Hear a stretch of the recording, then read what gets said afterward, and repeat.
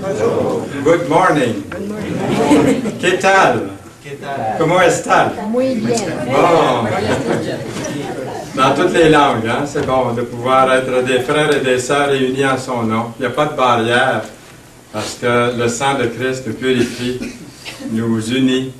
Alors ce matin, le thème du message, moi c'est quelque chose qui m'intéresse beaucoup. Le succès selon vous, c'est quoi? Avec l'économie là, dans laquelle on est tous confrontés ces jours-ci, je pense que ça pourrait être un sujet intéressant et d'actualité aujourd'hui. Alors, si vous avez vos Bibles, votre Bible, je vous inviterai à l'ouvrir dans Luc, chapitre 12, et les versets 16 à 19, que nous allons lire un petit peu plus tard dans quelques instants. Il y a des milliers de personnes à travers le monde qui ont vu cette petite fille. Elle s'appelle Connie Talbot et elle a touché le cœur de milliers de personnes à travers le monde. Une petite fille de 6 ans qui a interprété Over the Rainbow, un chant bien connu, vous allez reconnaître le chant vous aussi. Et puis, on peut dire qu'elle est sur la route du succès. En tout cas, elle a une bonne longueur d'avance. Si vous voulez, on va l'écouter pendant quelques instants.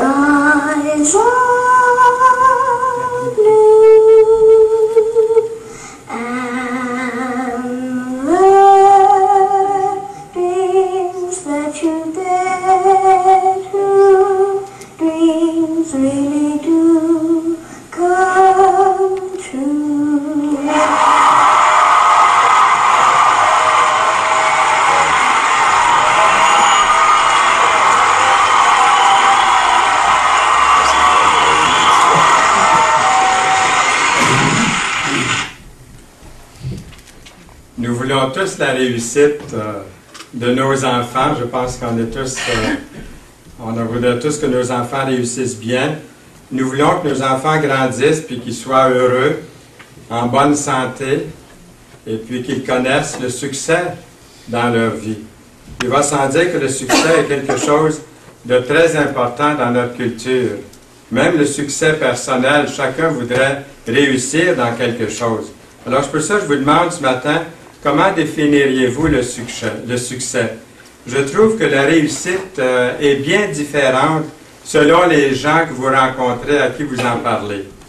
Pour l'adolescent, il peut signifier conduire une belle voiture, puis avec un gros moteur, hein, puis la pédale au fond, là. Pour le père, il peut s'agir d'une promotion au travail ou un salaire à 6 chiffres. Pour la mère, il peut signifier d'un 4 chambres à coucher dans une belle banlieue à quelque part. Pour une personne âgée, il peut signifier d'un excellent plan de retraite. Qu'est-ce que tu veux faire quand tu seras grand? Retraité! D'après un certain sondage, on a voulu savoir quel était le mot le plus important pour les résidents d'un quartier huppé. Et vous avez deviné leur réponse, le succès. En Amérique, vous êtes considéré comme un succès si vous avez de l'argent. La célébrité. L'argent, c'est comme la célébrité. Quand ça se sait que tu en as, c'est plus jamais pareil. Moi, un jour, si je deviens célèbre, je le dirai à personne. Ou la puissance. Moi, si j'étais très, très, très riche, je distribuerais mon argent jusqu'à ne plus être que très riche. Très riche, ça me suffit. L'Amérique définit le succès, vous en conviendrez, avec des noms comme Bill Gates, Donald Trump, Tiger Woods, puis pourquoi pas Céline Dion. Si vous avez fait fortune, ou si vous vous êtes rendu sur le grand écran, ou si vous êtes rendu président de votre propre compagnie, alors vous avez atteint le succès. Argent, popularité, puissance. Mais comment définir la réussite selon Dieu, selon le Seigneur? Est-ce que Dieu emploie ce mot de la même manière que vous et moi? Il y a une parabole dans la Bible qui nous aide à comprendre puis à voir le succès selon Dieu. Et j'aimerais que vous puissiez regarder, si vous avez votre Bible, ça va apparaître aussi à l'écran. Jésus leur dit, cette parabole, les terres d'un homme riche avaient beaucoup rapporté. Et il raisonnait en lui-même, disant, « Que ferai-je, car je n'ai pas de place pour rentrer ma récolte. Voici, dit-il, ce que je ferai. J'abattrai mes greniers, j'en bâtirai de plus grands, j'y amasserai toute ma récolte et tous mes biens. Et je dirai à mon âme, tu as beaucoup de biens en réserve. Pour plusieurs années, repose-toi, mange, bois, réjouis-toi. » Dans Luc chapitre 12, les versets 16 à 19. Ici, j'aimerais faire deux observations. Premièrement, nous avons un homme qui a bien réussi. Il est le genre d'homme que le magazine Les Affaires voudrait bien l'inviter pour une entrevue, ou certaines émissions à la télévision où est-ce que c'est qu'on voudrait connaître les dessous. Comment est-ce qu'il a fait pour réussir? 4 fois au moins dans les 4 versets, on nous dit clairement que cet homme est un succès.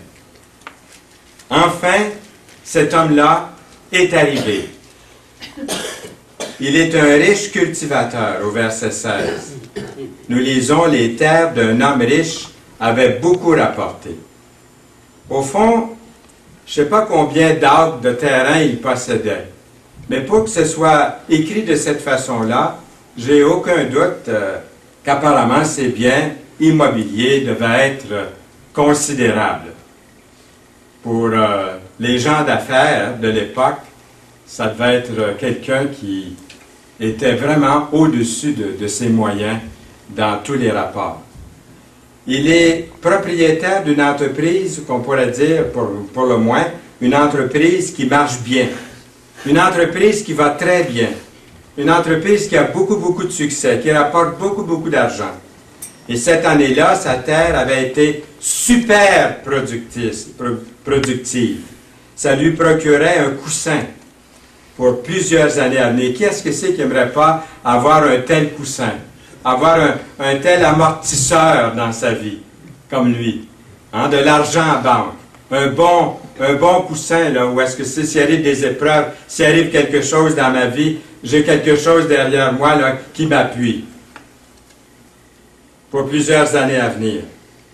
Les autres entreprises de la ville ont peut-être eu de la misère à rejoindre les deux bouts, comme ça arrive dans notre société aujourd'hui, à l'heure où je vous parle. Mais la sienne, lui, battait tous les records de réussite.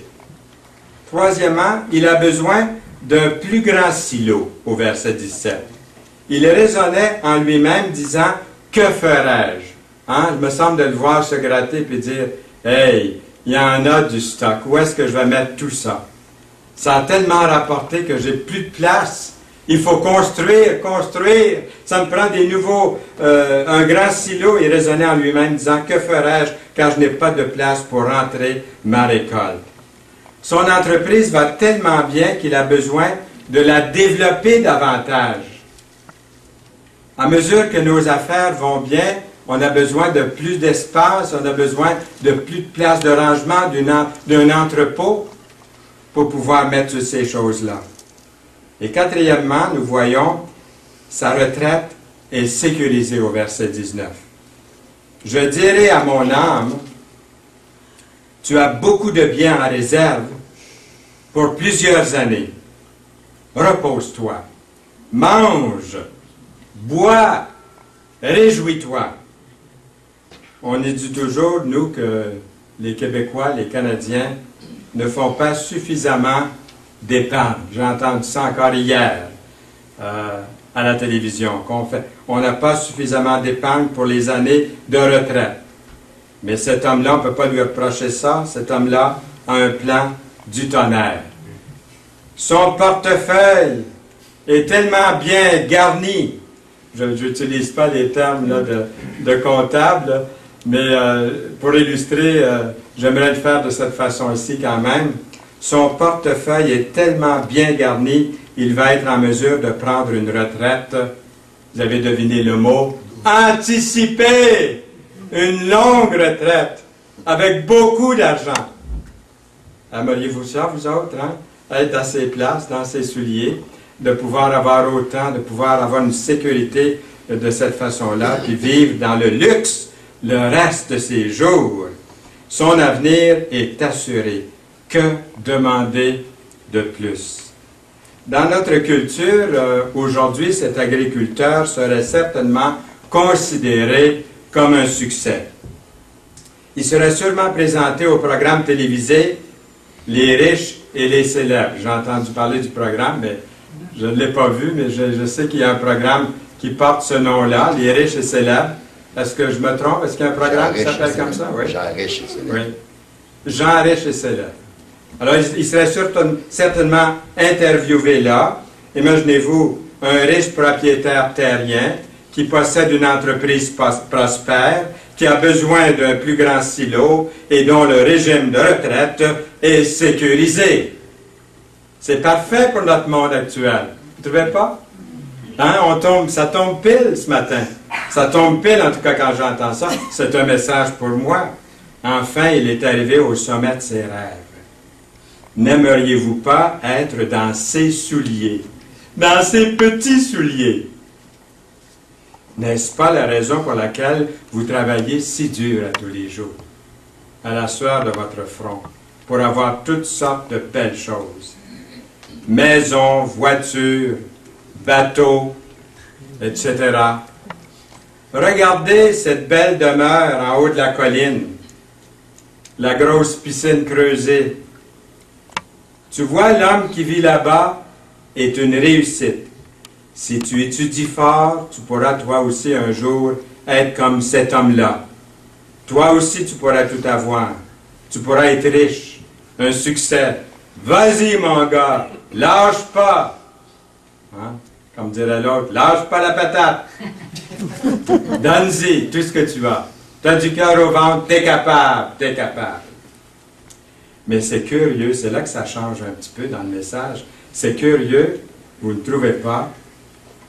Dieu appelle cet homme fortuné un imbécile, un insensé. C'est Jésus. Dieu lui dit, insensé, cette nuit même ton âme te sera redemandée. Et ce que tu as préparé, pour qui serait-ce? Il en est ainsi de celui qui amasse des trésors pour lui-même et qui n'est pas riche pour Dieu. Il y a un verset dans la Bible qui dit « Cherchez premièrement le royaume et la justice de Dieu, et toutes ces choses vous seront données par surcroît. » Il manque de priorité dans la vie de cet homme-là, que Dieu appelle un insensé. Il n'a pas cherché le royaume de Dieu. Il n'a pas cherché la chose la plus importante. Le Seigneur promet à celui qui a recherché le royaume de Dieu, des cieux sincèrement, il lui a promis une richesse. C'est peut-être pas toujours la richesse matérielle, et ça peut être ça aussi. Le Seigneur est prêt à bénir. Qui n'est pas riche pour Dieu, dans le verset 20 et 21 de Luc 12. Deuxièmement, ici, nous avons affaire à un homme insensé. Pourquoi Dieu l'appelle-t-il insensé? Un homme pourtant qui a si bien réussi, qui est appelé un insensé, un imbécile. Aujourd'hui, en général, dans notre société, cet homme a certainement l'estime de tout le monde. Vous ne pensez pas? Sûrement qu'on le regarde depuis, on dit, ce gars-là, écoute, il a travaillé fort, il a réussi, je suis content pour lui, peut-être même jaloux de ce qu'il a fait, de ce qu'il a réussi. Cet homme a l'estime de beaucoup de personnes. Pourtant, il lui manque 3 choses que j'aimerais ici souligner en particulier. Et la première, il manque de relations humaines avec les siens. Très important. Nulle part dans l'histoire, dans cette parabole, est-il question de quelqu'un sauf de lui-même. Je, moi. Aucune mention de sa famille, aucune mention de ses amis, aucune mention de son groupe. Il me rappelle quelqu'un que vous connaissez bien, Howard Hughes. Vous avez peut-être vu sa biographie il n'y a pas tellement longtemps, qui, quand il était vivant, a été l'un des hommes les plus riches au monde. Pourtant, en dépit de sa fortune, Howard Hughes a vécu une vie sans soleil, il a vécu une vie sans joie, on pourrait dire qu'il a vécu une demi-vie d'aliéné.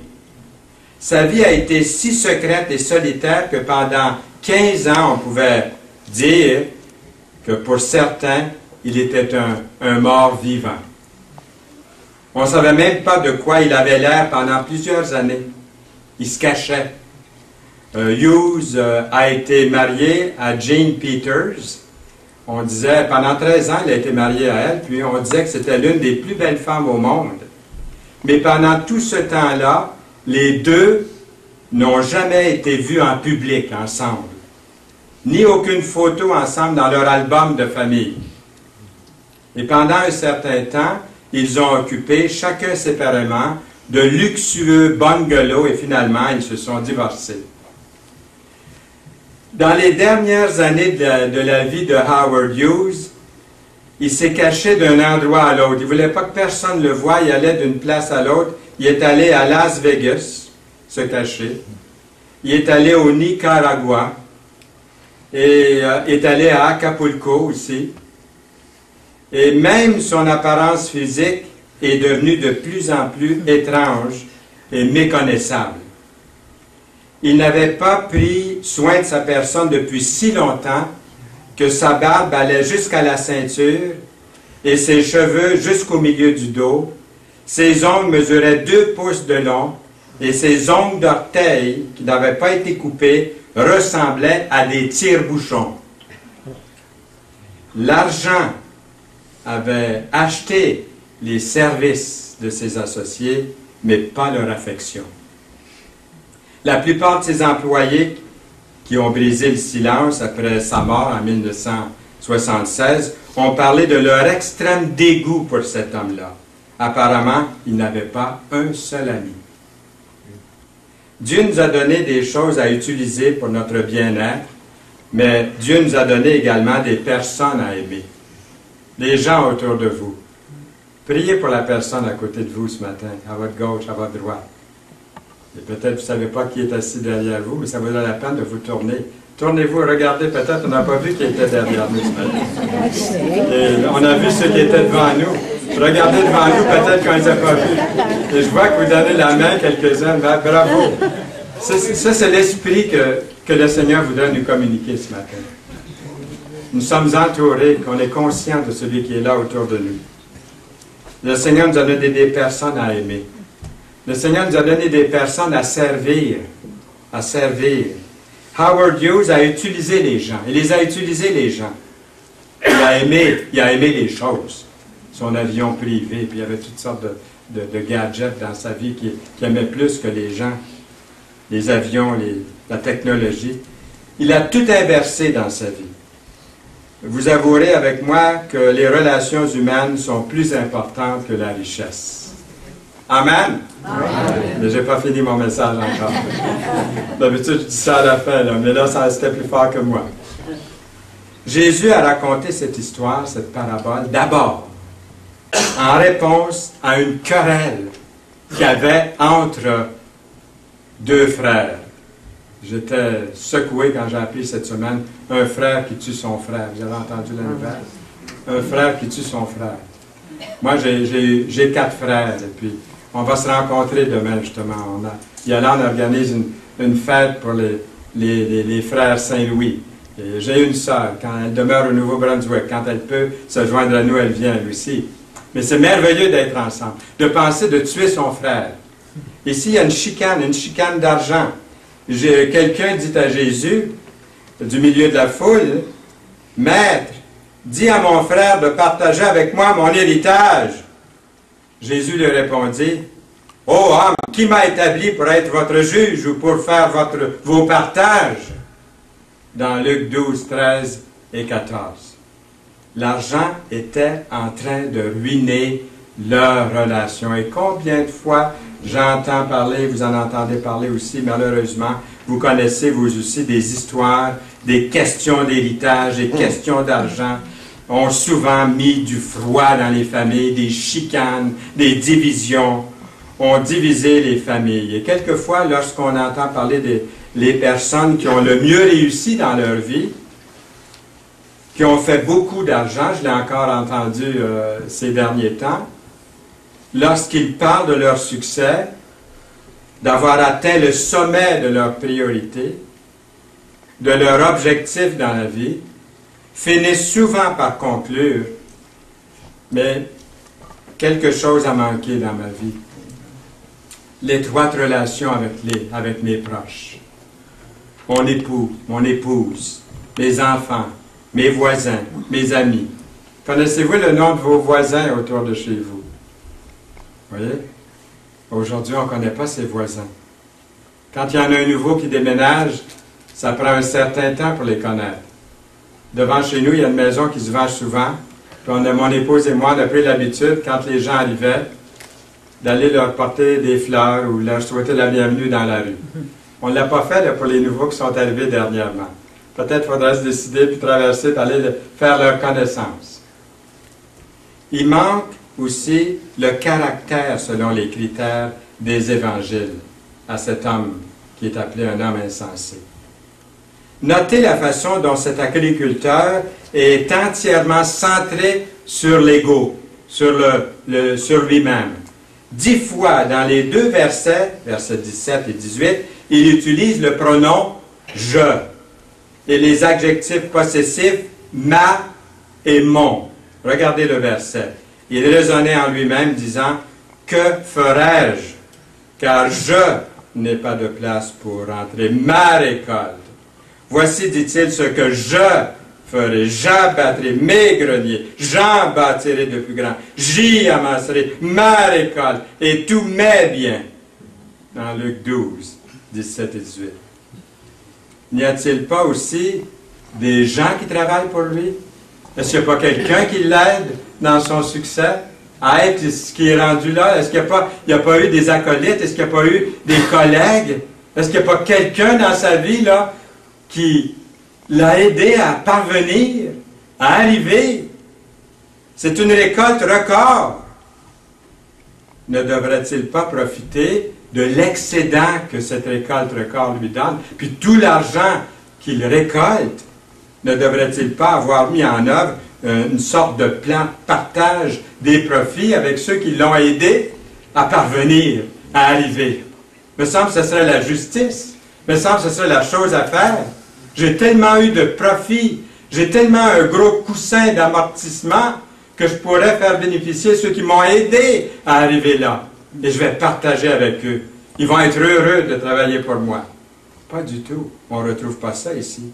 N'y a-t-il pas des gens dans le besoin autour de lui, au sein de sa communauté? Un voisin dans le besoin, un voisin nécessiteux. N'y a-t-il pas une personne handicapée autour de lui, dans son voisinage? Une personne qui est incapable de travailler ou dans le besoin? Ou encore, une veuve âgée qui a besoin d'aide, ou une mère célibataire qui essaie de nourrir et d'habiller ses enfants. Mais cet homme ne pense qu'à lui-même. C'est pourquoi Dieu dit de lui qu'il est un insensé. Même si les autres, même si je pense, puis les autres pensent qu'il est un succès. C'est ce que Dieu pense qui compte, pas vrai? Nous lisons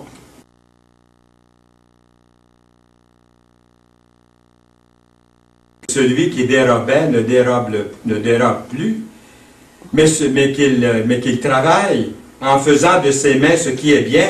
Et remarquez ce que j'ai souligné ici, pour avoir de quoi donner à celui qui est dans le besoin. Éphésiens 4, verset 28.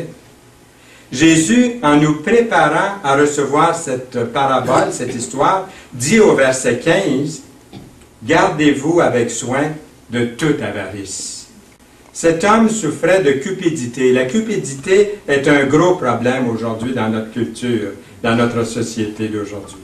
Ce qui fait défaut dans le portefeuille de cet agriculteur, c'est son caractère. Des vertus qu'il n'a pas telles que l'amour, la joie, la paix, la patience, la bonté, la bienveillance, la foi, la douceur, la maîtrise de soi, qui sont tous, vous le savez bien, ou qui devraient l'être, des fruits de l'esprit dans la vie du chrétien. Aux yeux de Dieu, ce sont ces choses-là des traits de caractère qui déterminent si une personne doit être appelée une réussite. Est-ce que je suis une réussite devant cette liste?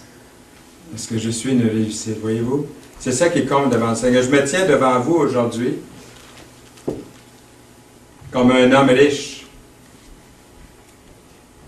parlant avec des gens qui ont de la richesse. Je vous parle comme un homme riche qui parle à des gens qui ont de la richesse ce matin. Voyez-vous?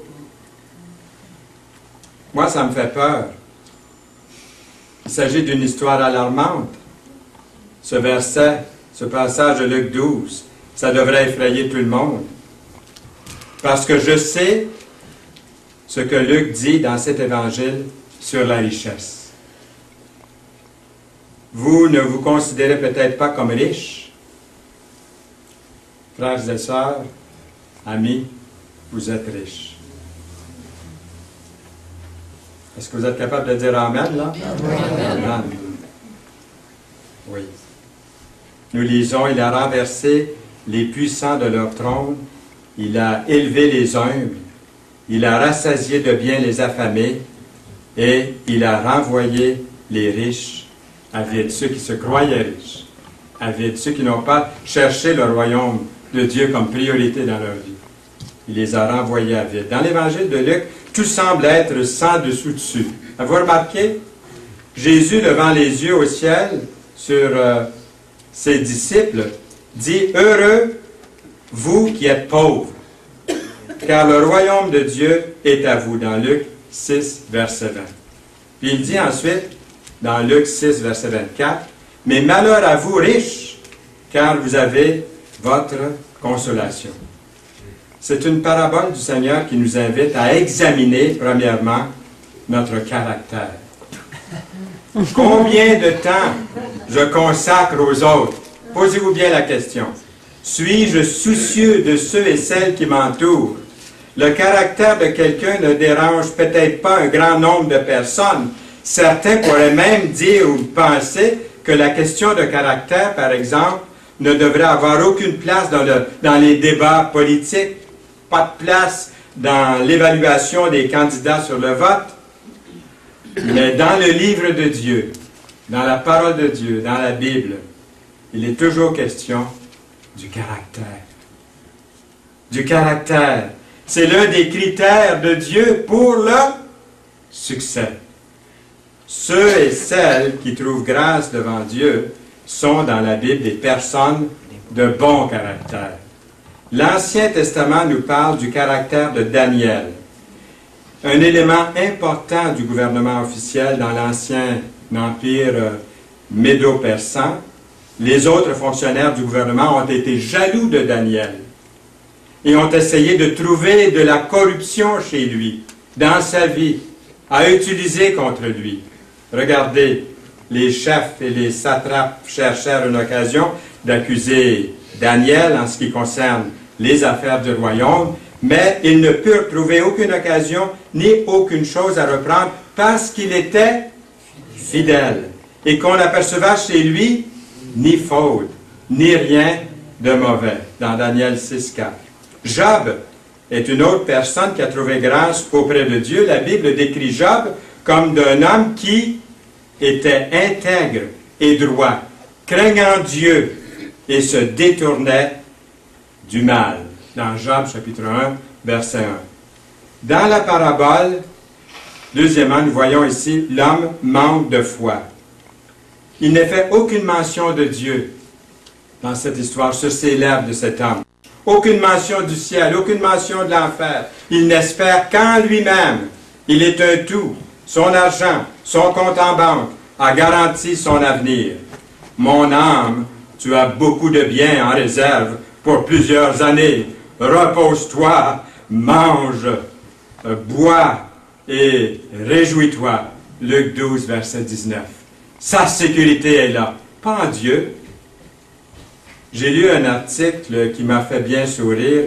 Un homme qu'on pourrait appeler assez grippe-sous avait fait beaucoup d'argent, mais lui et sa femme, qui s'appelle Emma, avaient vécu sans excès. Et puis, il a insisté pour la mise de 20% de son salaire, chaque semaine, de placer ça sur le matelas, chaque semaine. L'homme n'a pas eu confiance dans les banques. L'argent, il dit à sa femme, allait devenir utile dans nos vieux jours. Mais, quand il a eu 60 ans, il est tombé malade de cancer. Et vers la fin de sa vie, il a fait une promesse à son épouse en présence de ses frères qu'elle allait mettre l'argent qu'il avait caché sous le matelas, qu'elle allait le cacher dans son cercueil, afin qu'il puisse, si nécessaire, acheter son billet pour le ciel. Vous dites, c'est pas sérieux? Apparemment, oui, c'est une histoire vraie. Il est un bonhomme, vous êtes d'accord avec moi, un peu étrange. Sa femme a quand même promis de faire tout ce que son mari a demandé. Elle est une femme de parole. Après le décès de son mari, elle a pris l'argent, environ 25 000 $, qu'elle est allée déposer à la banque. Ensuite, elle a écrit un chèque qu'elle a mis dans son cercueil. Le gars n'était peut-être pas très, très brillant, mais sa femme l'était. Il y a ce beau verset dans l'Écriture qui dit « Que servirait-il à un homme de gagner tout le monde s'il perdait son âme? » J'ai entendu un jour une explication de ce verset-là que j'ai beaucoup aimé. Il comparait l'âme à nos enfants, dans nos familles. Que servirait-il à un homme de gagner le monde s'il perdait spirituellement là, ses enfants, qui ne les conduiraient pas au Seigneur, ou sa femme, ou des proches? Je trouvais ça bon comme application. Que servirait-il à un homme de gagner tout le monde s'il perdait son âme? Ou que donnerait un homme en échange de son âme, dans Matthieu 16, verset 26. Je vous ai déjà fait une citation du docteur James Dobson, peut-être que plusieurs le connaissent. Il y a des émissions à la radio, à la télévision, et puis il a écrit plusieurs livres. Et puis il a écrit ceci. « J'en conclus que même si je pouvais accumuler la richesse, je n'aurais pas nécessairement réussi ma vie. Quand j'aurai bientôt atteint la fin de mes jours, je regarderai en arrière à quelque chose de mieux que l'acquisition de maisons, de terrains, d'objets, de stocks financiers, de bonnes relations et de la renommée qui ne durent pas. Je considérerai mon existence terrestre comme un échec si je n'ai pas eu une bonne relation avec ma famille, si je n'ai pas investi dans la vie des gens et servi Dieu qui m'a créé. Rien d'autre n'aura d'importance et rien d'autre n'aura certainement été digne de mon dévouement. » Puis il pose la question, « Quand dites-vous? » pour nous faire réfléchir. Conclusion et question. Quels sont mes objectifs dans la vie? Pourquoi ai-je travaillé si dur? Pourquoi est-ce que je travaille si dur présentement? Quelles sont les choses importantes pour vous? Quelles sont les choses importantes pour moi? S'agit-il d'accumuler le plus possible pour vous-même? Dieu a appelé l'agriculteur un insensé parce qu'il était absent de relations humaines, parce qu'il manquait de caractère, parce qu'il n'avait pas foi en Dieu. Tout ce qu'il pouvait voir, c'était les biens de la terre. Avez-vous placé votre foi en Jésus? Parce que Jésus est votre Seigneur. Il est votre Sauveur. Et s'il n'est pas votre Sauveur, il est temps qu'il devienne ce matin même, avant qu'il soit trop tard. Mais s'il est votre Sauveur, est-il votre Seigneur? Celui que vous servez, corps et âme. Est-ce qu'il est la priorité dans ma vie, dans votre vie? La parabole d'aujourd'hui nous rappelle ce qui est vraiment important. Le Seigneur nous a invités à examiner nos priorités, mes priorités, votre comportement, mon comportement de la réussite, ma compréhension de la réussite. La réussite ne se mesure pas à la célébrité ou à la richesse, nous avons vu. Un bien meilleur critère est le nombre de vies que vous touchez, que je touche. C'est ça qui compte dans votre vie et la mienne. Cette parabole nous enseigne quelque chose d'important concernant la vie. Les relations humaines. Les relations humaines entre nous sont plus importantes que la richesse. Profitons de la vie de famille que Dieu nous donne. Notre vie d'amis aussi, d'église, nos réunions de prière, nos études de la parole, les cours qui sont donnés, les activités ici à l'église sont tous des bons moyens. Deuxièmement, le caractère d'une personne est supérieur à la gloire personnelle. Être une personne en qui le Seigneur prend plaisir. On a vu Daniel, ici c'est une révision, donc on n'a pas besoin de regarder à nouveau l'écran, c'est sûr. Job, on a vu qu'il était une personne d'intégrité, de compassion, de générosité. Le Seigneur est notre seule vraie sécurité. Êtes-vous d'accord? Oui. Il est vraiment notre sécurité. Le Seigneur est celui en qui vous devez avoir espoir et compter sur lui. Demain est incertain. Ne pas mettre sa confiance en nous-mêmes, ne pas mettre toute sa confiance dans nos possessions matérielles. Faire entièrement confiance au Seigneur. Il y a un verset dans le psaume 62, ce n'est pas nécessaire de tourner, je vous le lis. Oui, c'est en Dieu que mon âme se confie. De lui vient mon salut. Oui, c'est lui qui est mon rocher et mon salut, pour la deuxième fois dans ce passage. Ma haute retraite, je ne chancellerai guère. Un autre verset dans le psaume, le même psaume, les versets 5 à 8, le psaume 62. Oui, mon âme, confie-toi en Dieu, car de lui vient mon espérance. Oui, c'est lui qui est mon rocher et mon salut.